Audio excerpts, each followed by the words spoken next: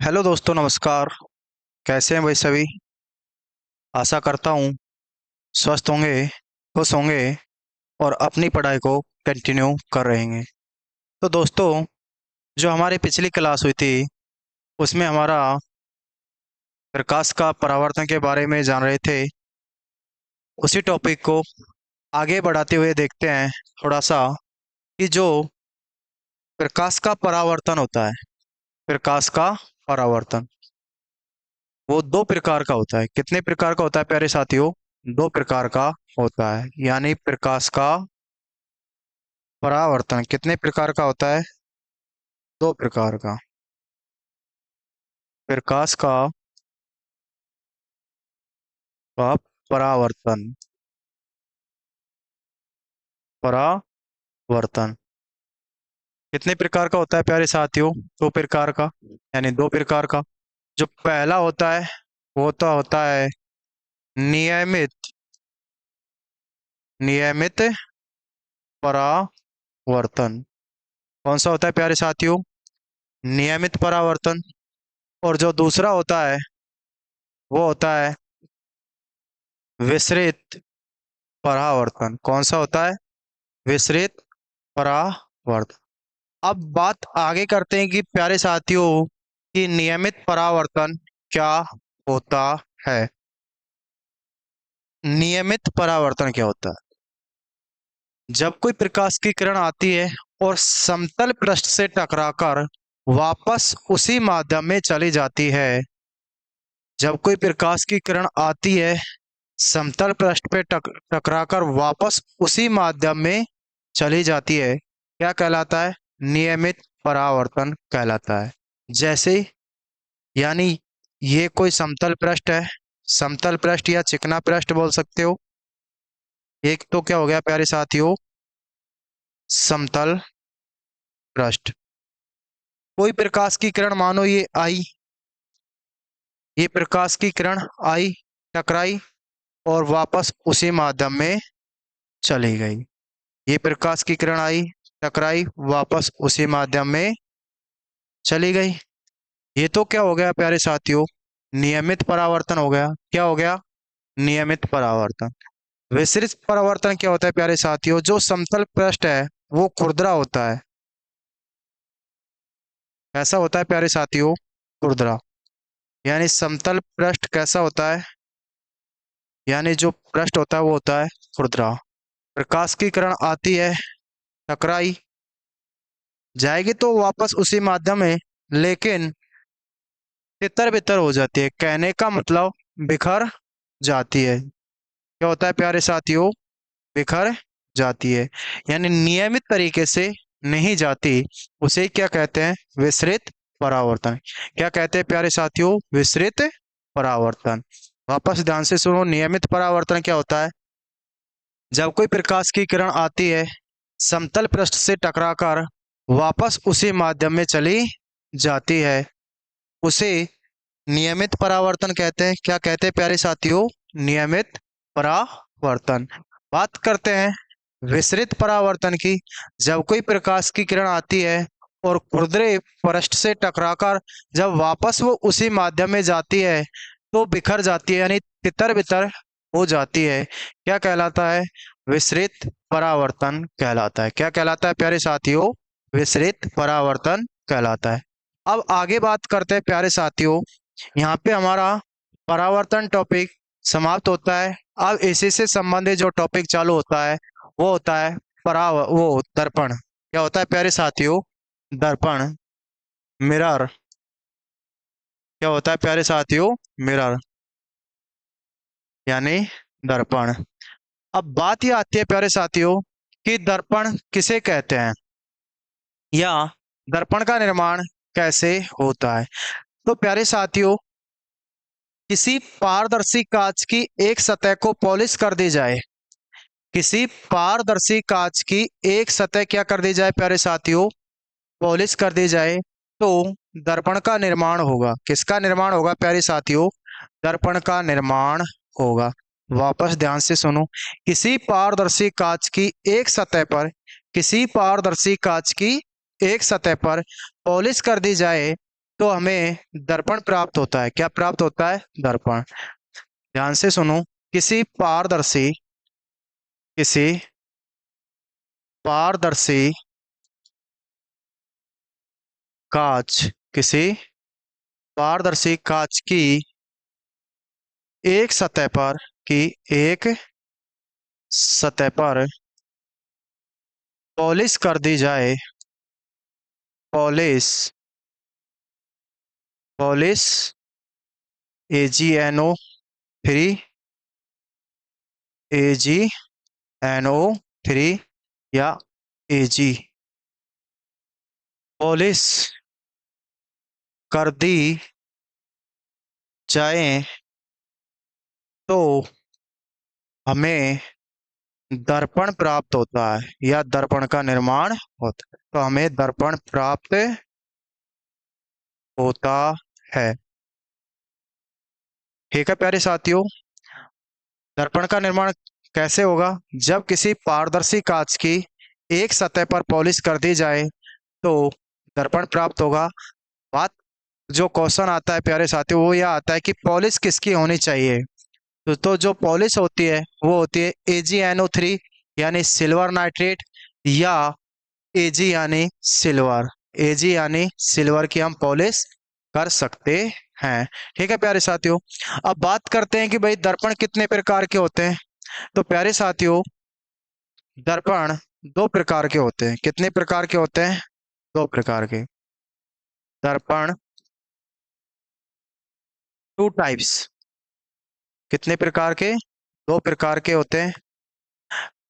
जिनमें पहला होता है प्यारे साथियों वो होता है समतल दर्पण। कौन सा होता है? समतल दर्पण, जिसको आप बोलते हो प्लेन मिरर। दूसरा होता है प्यारे साथियों वो होता है गोलीय दर्पण। कौन सा होता है? गोलीय दर्पण। कौन सा होता है प्यारे साथियों? गोलीय दर्पण। Spherical mirror. कौन सा होता है? Spherical mirror. ठीक है प्यारे साथियों। जो गोलीय दर्पण है प्यारे साथियों ये होता है दो प्रकार का। कितने प्रकार का? दो प्रकार का। कौन सा? गोलीय दर्पण दो प्रकार का होता है। पहला होता है प्यारे साथियों अवतल दर्पण। यानी एक तो होता है अवतल दर्पण जिसको आप कॉनकेव मिरर कहते हो। क्या कहते हो? Concave mirror. या इसे ही आप अभिसारी दर्पण भी कहते हैं। क्या कहते हैं? अभिसारी। अभिसारी दर्पण। क्या कहते हैं प्यारे साथियों? अभिसारी दर्पण। इंग्लिश में बोले तो कॉनकेव।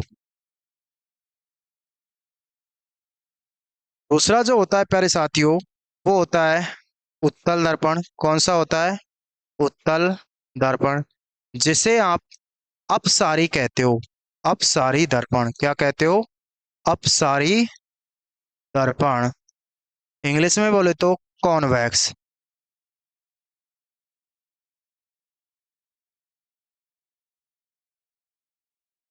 ठीक है प्यारे साथियों। वापस ध्यान दो। दर्पण कितने प्रकार के होते हैं प्यारे साथियों? दो प्रकार का। किसी पारदर्शी कांच को अगर हम दर्पण बनाएंगे यानी किसी पारदर्शी कांच की एक सतह पर जो पॉलिश होती है वो किसकी होती है प्यारे साथियों? वो होती है AgNO3 सिल्वर नाइट्रेट। किसकी? सिल्वर नाइट्रेट या सिल्वर। तो दर्पण कितने प्रकार के हुए? दो प्रकार के। पहला समतल दर्पण, दूसरा गोलीय दर्पण। दूसरा गोलीय दर्पण। समतल दर्पण को प्लेन मिरर बोलते हैं प्यारे साथियों और गोलीय दर्पण को स्फेरिकल मिरर बोलते हैं। आगे बात करें प्यारे साथियों गोलीय दर्पण दो प्रकार के होते हैं। एक तो होता है अवतल दर्पण। एक तो होता है अवतल दर्पण और दूसरा होता है उत्तल दर्पण।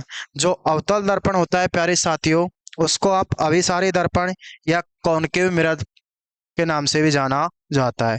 उत्तल दर्पण को अपसारी दर्पण या कॉन्वेक्स के नाम से भी जाना जाता है। बात करते हैं अब प्यारे साथियों की जो दर्पण होते हैं, दर्पण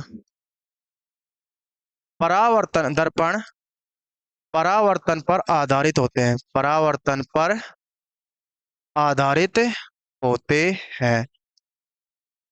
यानी जो दर्पण है किस पर आधारित होते हैं, किसकी तरह कार्य करते हैं, जो जिस प्रकार परावर्तन का कार्य होता है वही किसका कार्य होता है, दर्पण का। यानी जो दर्पण है परावर्तन पर आधारित होते हैं। ठीक है प्यारे साथियों, किस पे आधारित होते हैं, दर्पण परावर्तन पर।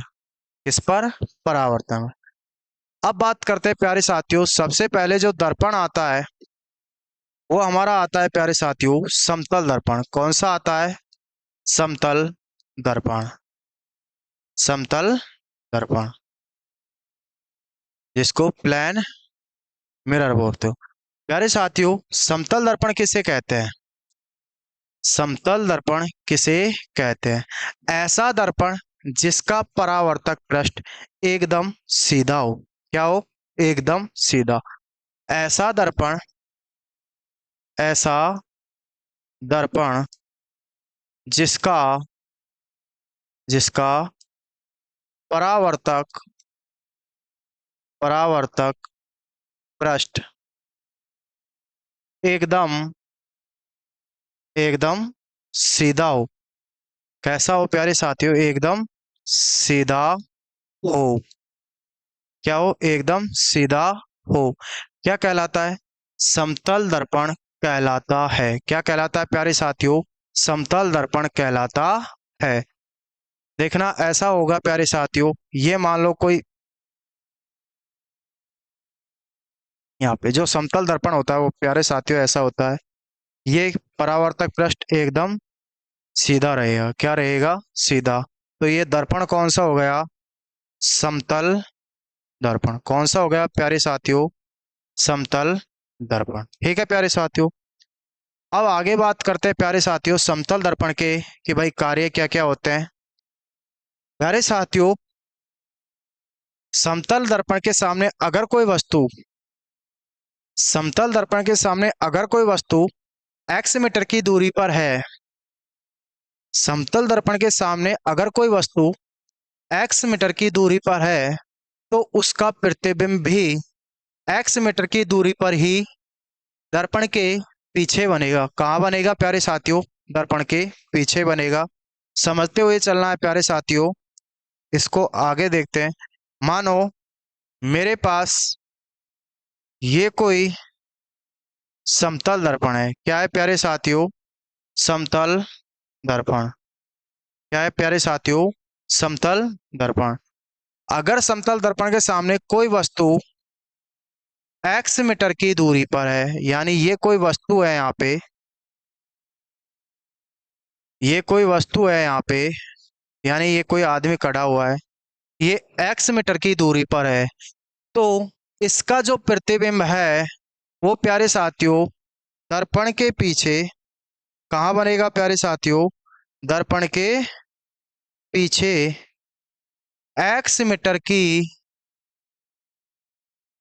x मीटर की दूरी पर ही बनेगा। दर्पण के पीछे x मीटर की दूरी पर ही बनेगा। अब प्यारे साथियों आपके दिमाग में एक बात उत्पन्न हुई होगी कि सर दर्पण लगा हुआ होता है मान लो, तो उसके पीछे तो दीवारें होती है, उसके पीछे तो दीवार होती है, तो हमारा जो प्रतिबिंब बनेगा वो दर्पण के पीछे कैसे बनेगा।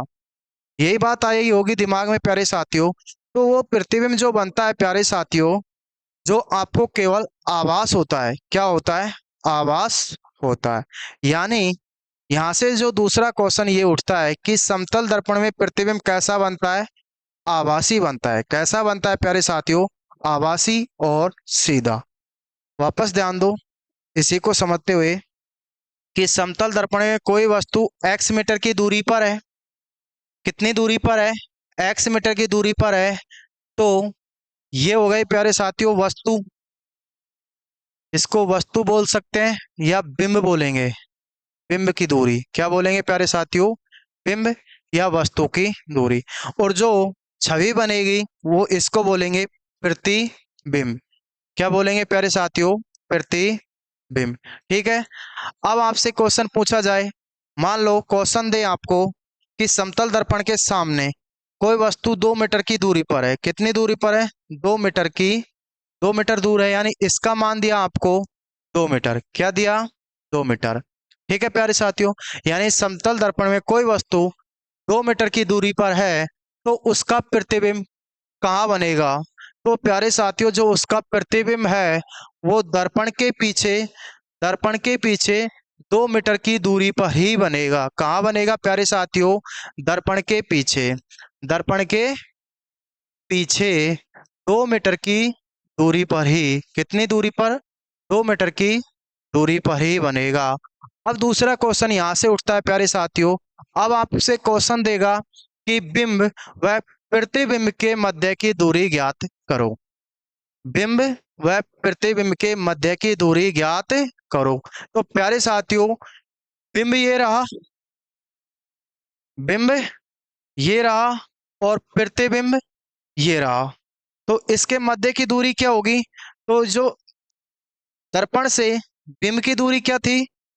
2 मीटर थी प्यारे साथियों। कितनी थी? 2 मीटर प्लस, अब जो प्रतिबिंब की दूरी, प्रतिबिंब कितनी दूर बना है? 2 मीटर की दूरी पर ही बना है। तो इनके मध्य जो दूरी होगी प्यारे साथियों, वो क्या होगी? 4 मीटर, यानी 4 मीटर। क्या होगी प्यारे साथियों? 4 मीटर। अब मैं इसको लिख देता हूं प्यारे साथियों। अगर समतल दर्पण में, समतल दर्पण के सामने, समतल दर्पण के सामने कोई वस्तु, कोई वस्तु x मीटर की दूरी पर है, x मीटर की, x मीटर की दूरी पर है, तो x मीटर की दूरी पर है तो उस वस्तु का प्रतिबिंब, तो उस वस्तु का, उस वस्तु का, वस्तु के प्रतिबिंब, उस वस्तु का प्रतिबिंब भी, उस वस्तु का प्रतिबिंब समतल दर्पण से, समतल दर्पण से 2 मीटर की दूरी पर ही, वो x मीटर की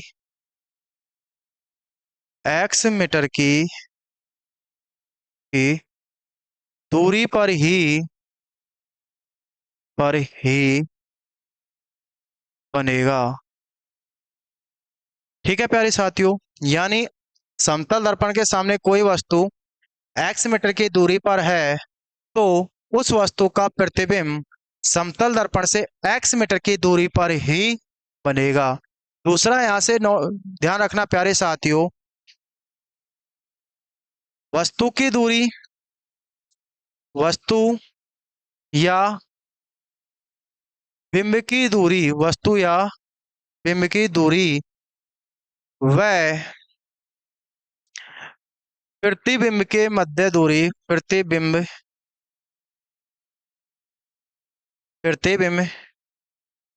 के मध्य की दूरी, मध्य की दूरी x प्लस x, यानी 2x मीटर हो जाएगी। कितनी हो जाएगी प्यारे साथियों? 2x metre. कहने का मतलब प्यारे साथियों यह है, अगर ये मानो मैंने बताया था, ये हमारे पास समतल दर्पण हुआ, इसके सामने, इसके सामने कोई वस्तु, इसके सामने कोई वस्तु x मीटर की दूरी पर है, यानी ये कोई वस्तु है x मीटर की दूरी पर है, तो इसका प्रतिबिंब भी x मीटर की दूरी पर ही, x मीटर की दूरी पर ही बनेगा। और जो इनके मध्य की जो दूरी होगी वो क्या हो जाएगी? x प्लस एक्स बराबर 2x। कितनी हो जाएगी प्यारे साथियों? x बराबर, वो x प्लस एक्स बराबर 2x, x प्लस x बराबर 2x।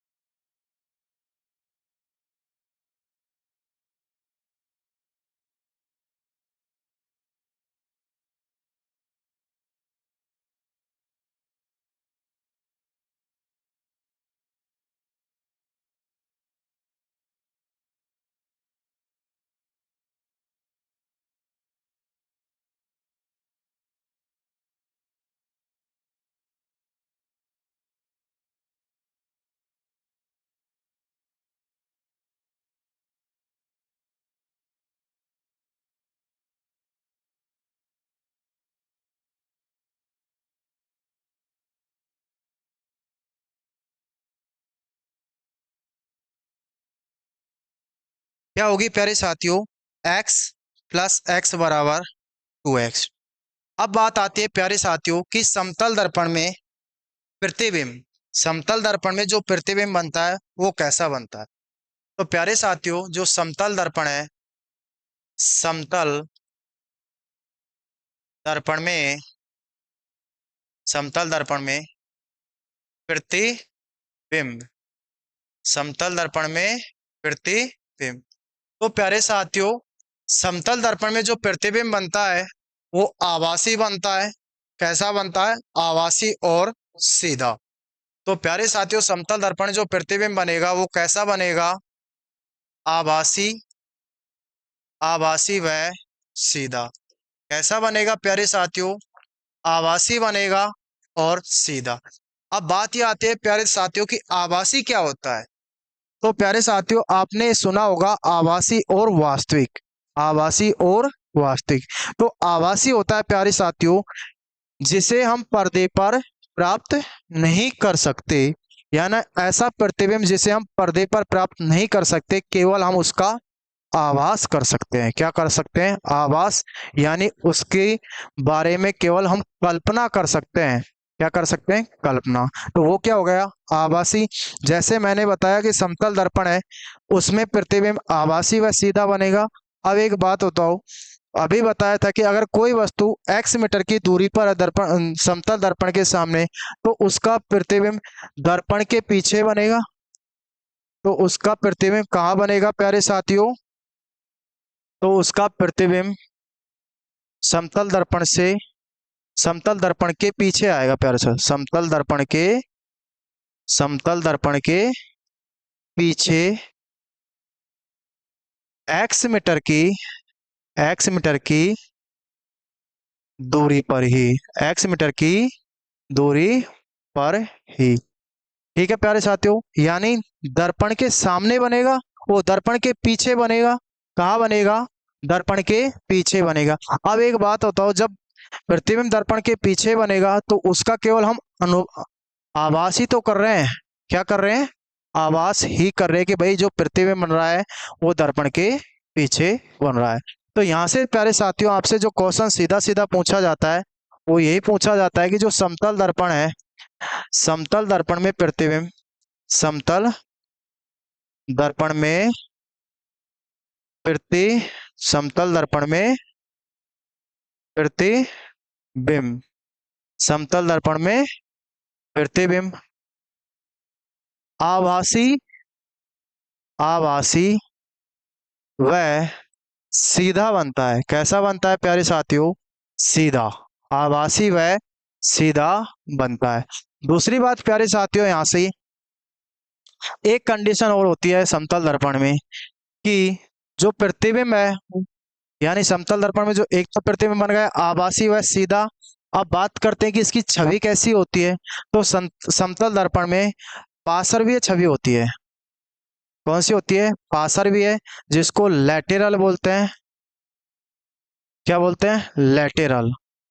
इसका मतलब यह है प्यारे साथियों, अगर हम समतल दर्पण के सामने हमारा सीधा हाथ उठाएंगे तो हमें वो बायां हाथ उठता हुआ दिखाई देगा। यानी क्या दिखता है? दायां का तो क्या दिखता है प्यारे साथियों? बायां दिखता है। क्या दिखता है? बायां दिखता है।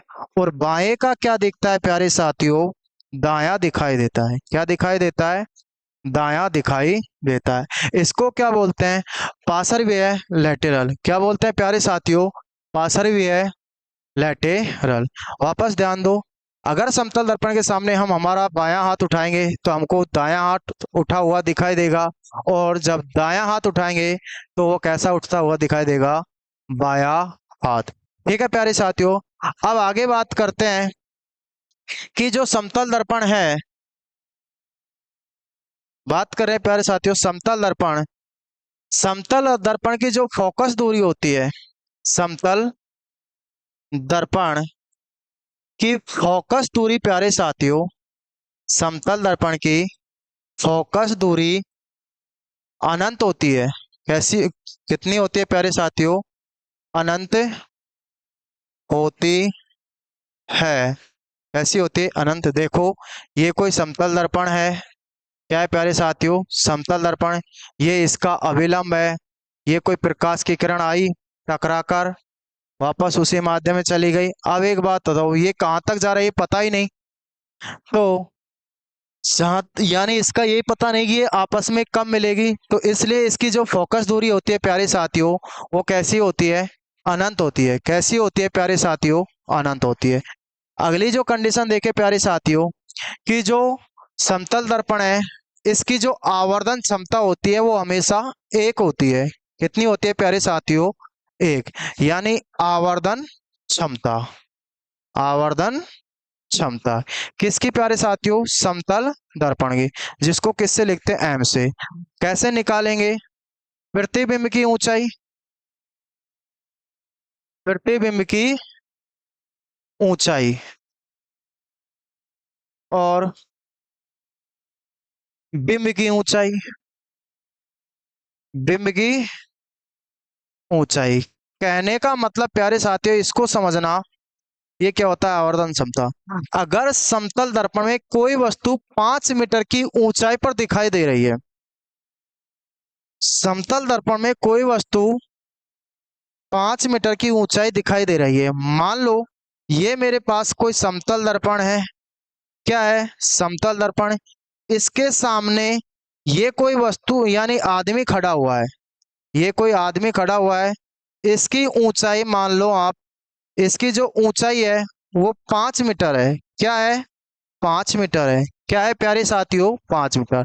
समतल दर्पण के सामने कोई वस्तु 5 मीटर की ऊंचाई पर है, यानी मान लो मेरे सामने कोई, ये मान लो समतल दर्पण है और मेरी हाइट 5 मीटर है, तो मैं प्रतिबिंब में देखने पर भी मेरी हाइट कितनी रहेगी? 5 मीटर ही रहेगी। कितनी रहेगी? 5 मीटर ही रहेगी। यानी समतल दर्पण के सामने कोई वस्तु 5 मीटर की ऊंचाई पर है, दूरी पर नहीं, 5 मीटर की ऊंचाई पर, यानी ऊंचाई है प्यारे साथियों। क्या है? ऊंचाई है। तो प्रतिबिंब में भी उसकी ऊंचाई कितनी रहेगी? 5 मीटर रहेगी। कितनी रहेगी? 5 मीटर रहेगी। अब यहां से इसको निकालते हैं प्यारे साथियों कि भाई आवर्धन क्षमता एक कैसे होती है। आवर्धन क्षमता, मान लो आपको दर्पण की, दर्पण में जो प्रतिबिंब बनता है उसमें आपकी ऊंचाई मान लो 2 मीटर है। मान लो प्रतिबिंब में आपकी ऊंचाई कितनी है? 2 मीटर। और आपकी हकीकत में ऊंचाई कितनी है? 2 मीटर। तो आवर्धन क्षमता कितनी आएगी? एक। अगर मान लो आप प्रतिबिंब की ऊंचाई 1 मीटर है और बिंब की ऊंचाई भी कितनी रहेगी? 1 मीटर। तो आवर्धन क्षमता भी कितनी आएगी प्यारे साथियों? एक ही आएगी। कितनी आएगी? एक। चाहे इसको 10 मीटर मानो, बिंब की ऊंचाई भी 10 मीटर रहेगी, तो आवर्धन क्षमता भी क्या आएगी? एक आएगी। क्या आएगी प्यारे साथियों? एक। तो ध्यान रखना है प्यारे साथियों, समतल दर्पण में, समतल दर्पण की जो आवर्धन क्षमता होती है वो हमेशा एक होती है। क्या होती है? एक। या दूसरी तरीके से क्वेश्चन पूछा जाता है, अगर किसी समतल दर्पण में किसी वस्तु की ऊंचाई 5 मीटर है, तो उसकी समतल दर्पण में यानी जो प्रतिबिंब बनता है उसमें उसकी ऊंचाई कितनी होगी? तो उसमें भी उसकी ऊंचाई कितनी रहेगी प्यारे साथियों? 5 मीटर रहेगी। कितनी रहेगी? 5 मीटर रहेगी। ठीक है प्यारे साथियों, अगली बात देखते हैं समतल दर्पण के ऊपर ही। अगर किसी वस्तु की पूरी लंबाई देखनी हो तो हमें जो समतल दर्पण है वस्तु की लंबाई का आधा लेना पड़ेगा। क्या लेना पड़ेगा प्यारे साथियों? आधा लेना पड़ेगा। यानी समतल दर्पण में, समतल दर्पण में किसी वस्तु की, किसी वस्तु की पूरी लंबाई, पूरी लंबाई, पूरी लंबाई देखने के लिए, देखने के लिए किसी वस्तु की पूरी लंबाई देखने के लिए हमें, सॉरी प्यारे साथियों, किसी वस्तु की, किसी वस्तु की पूरी लंबाई देखने के लिए, पूरी लंबाई देखने के लिए हमें, देखने के लिए हमें लंबाई के, लंबाई का आधा, लंबाई का आधा दर्पण लेना होगा, आधा दर्पण लेना होगा। समझना प्यारे साथियों, मान लो मेरी लंबाई 10 फुट है, यानी मान लो मेरी लंबाई 6 फुट है। कितनी है प्यारे साथियों? मेरी लंबाई 6 फुट है। तो मैं मेरी लंबाई को पूरा देखने के लिए जो दर्पण लूंगा, तो वो क्या लूंगा? 6 का आधा। कितने फुट का होना चाहिए? यानी 3 फुट का क्या होना चाहिए? दर्पण होना चाहिए। कितने फीट का प्यारे साथियों? 3 फीट का क्या होना चाहिए? दर्पण होना चाहिए। वापस ध्यान दो, अगर मान लो मेरी लंबाई 4 फीट है, क्या है? 4 फीट है। तो इस 4 फुट की जो छवि बनेगी, यानी जो साइज है, यानी जो ऊंचाई है या लंबाई है, इसको पूरा देखेंगे हम समतल दर्पण में। तो जो समतल दर्पण है उसकी लंबाई कितनी होगी प्यारे साथियों? तो वो होगी 2 फीट। यानी 2 फीट के समतल दर्पण में 4 फीट की लंबाई पूरी दिखाई देगी। क्या दिखाई देगी? पूरी दिखाई देगी। वापस ध्यान से सुनो, मान लो कि ये पेन है, मान लो ये पेन 20 मीटर का है। कितने मीटर का है? 20 मीटर का। और मैं इसको दर्पण में जब देखता हूं, तो दर्पण में ये पूरा पेन दिखे तो मेरे को कम से कम दर्पण कितना मीटर का लेना होगा? तो इसका आधा, यानी अगर 10 मीटर का दर्पण होगा तो उसमें ये 20 मीटर का पेन दिखाई देगा पूरे के पूरा। ठीक है प्यारे साथियों, आया समझ में? अगली बात चलते हैं। अब बात करते हैं प्यारे साथियों, अगर समतल दर्पण के सामने, अगर समतल दर्पण के सामने कोई वस्तु विवेक से जा रही है, समतल दर्पण के सामने कोई वस्तु विवेक से जा रही है, तो दर्पण में देखने पर जो प्रतिबिंब बनता है, यानी जब हम उसका प्रतिबिंब देखते हैं, तो वो हमें टू वेग से आते हुए दिखाई देती है। किस वेग से प्यारे साथियों? टू वेग से आते हुए दिखाई देती है। यानी कोई वस्तु, कोई व्यक्ति, कोई व्यक्ति समतल दर्पण में, कोई व्यक्ति समतल दर्पण के सामने, कोई व्यक्ति समतल दर्पण के सामने विवेक से जाता है, विवेक से जाता है।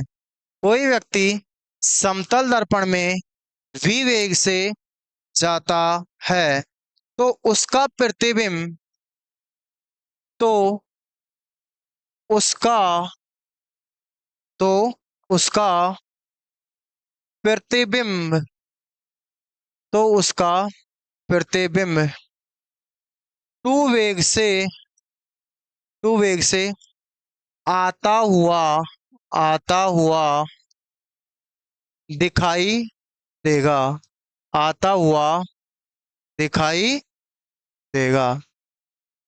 ठीक है प्यारे साथियों, अगर मान लो ये कोई समतल दर्पण है, क्या है? समतल दर्पण है। ये मैंने समतल पर इस पे पॉलिश कर दी, ये हो गया समतल दर्पण। इसमें कोई व्यक्ति विवेक से आ रहा है, किस वेग से आ रहा है? v वेग से आ रहा है। मान लो ये कोई व्यक्ति है, v वेग से आ रहा है, तो हमें दर्पण में देखने पर यानी ये हमें 2 वेग से आता हुआ दिखाई देगा। किस वेग से आता हुआ दिखाई देगा? 2 वेग से आता हुआ दिखाई देगा। ठीक है प्यारे साथियों, अगली बात करते हैं।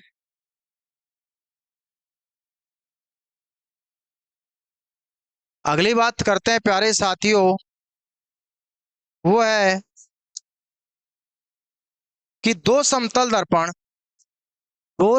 दर्पण एक दूसरे से 90 डिग्री एक दूसरे से 90 डिग्री कोण पर जुड़े हैं। कोई दो समतल दर्पण एक दूसरे से 90 डिग्री 90 डिग्री कोण पर जुड़े हुए हैं, तो उनके मध्य रखी गई वस्तु में उनके मध्य जो वस्तु रखी गई है उसके प्रतिबिंबों की संख्या क्या होगी? ध्यान दो प्यारे साथियों, क्या बोल रहा हूं मैं। दो समतल दर्पण दो समतल दर्पण एक दूसरे से 90 डिग्री कोण पर जुड़े हैं, तो उनके मध्य रखी वस्तु से बनने वाले प्रतिबिंबों की संख्या क्या होगी? वापस ध्यान दो, पहले देख लो प्यारे साथियों। दो समतल दर्पण दो समतल दो समतल दर्पण एक दूसरे से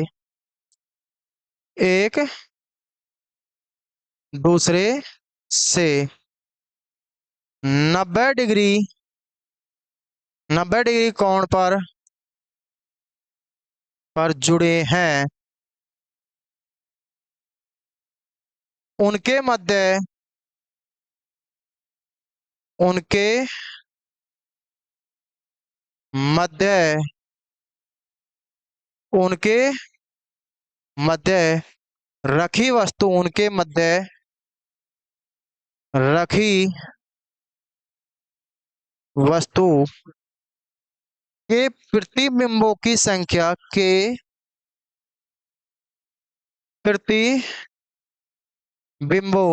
प्रतिबिंबों की संख्या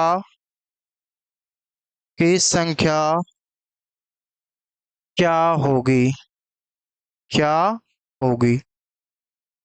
वापस ध्यान दो प्यारे साथियों, दो समतल दर्पण है, एक दूसरे से 90 डिग्री कोण पर जुड़े हुए हैं, तो उनके मध्य रखी वस्तु के प्रतिबिंबों की संख्या क्या होगी? कहने का मतलब प्यारे साथियों, एक समतल दर्पण ये रहा, दूसरा समतल दर्पण ये रहा प्यारे साथियों।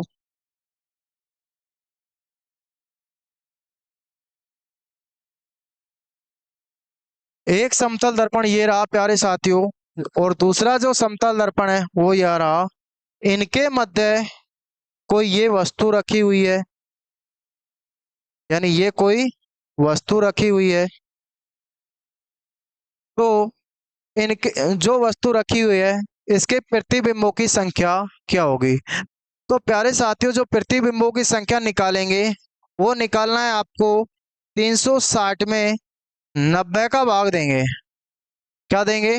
90 का भाग। तो कितनी बार गया प्यारे साथियों? 4 बार गया। और जब ये सम आता है तो इसमें से एक माइनस करना है। क्या करना है प्यारे साथियों? एक माइनस करना है, यानी 4 में से एक गया तो प्रतिबिंबों की संख्या क्या होगी? 3। अगर कोई वस्तु एक दूसरे से मान लो कोण का मान 60 डिग्री दिया, तो 360 में कितने का भाग दिया प्यारे साथियों? 60 डिग्री का भाग दिया, तो कितने बार गया? 6। तो सम आया है तो एक माइनस कर दो, प्रतिबिंबों की संख्या क्या हो जाएगी? 5। अगर इसका मान प्यारे साथियों मान लो आपको 5 दिया, यानी 50 दिया, 90 में वो 360 में प्यारे साथियों इसका मान आपको दिया मान लो 120 डिग्री, तो कितनी बार गया प्यारे साथियों? 3 बार। तो ये मान कितना आया? विषम आया। तो यही आंसर क्या रहेगा? हमारा रहेगा।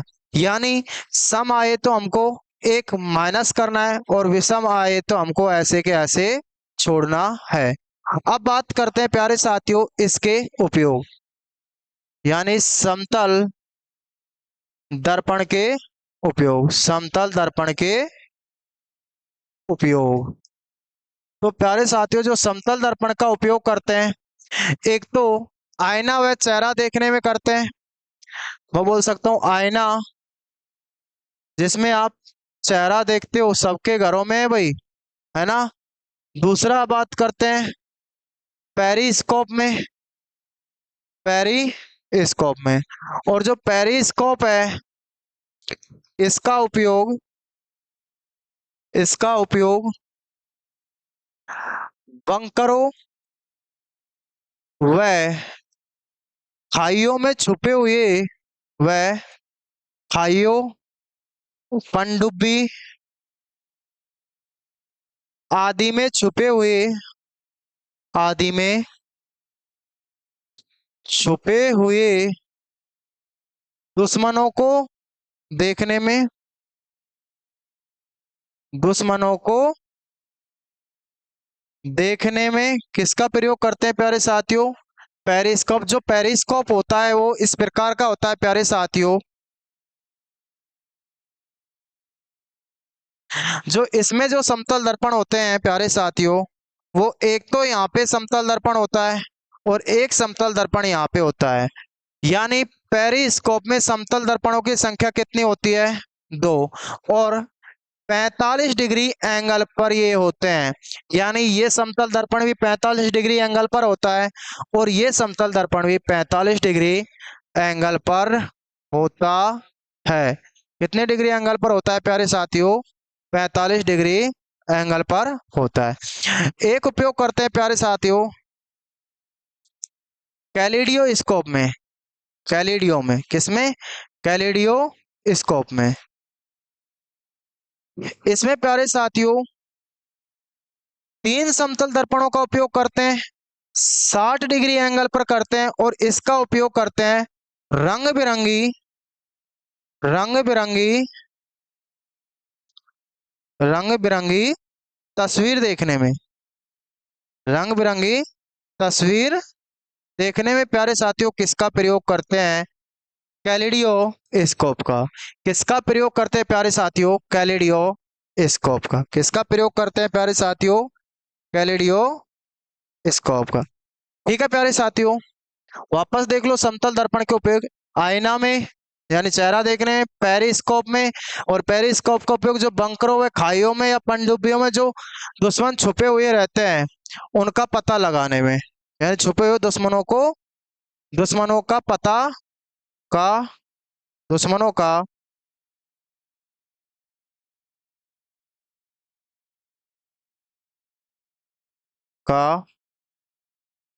पता लगाने में। ठीक है प्यारे साथियों, कैलिडियोस्कोप का जो प्रयोग करता है रंग बिरंगी तस्वीरों में।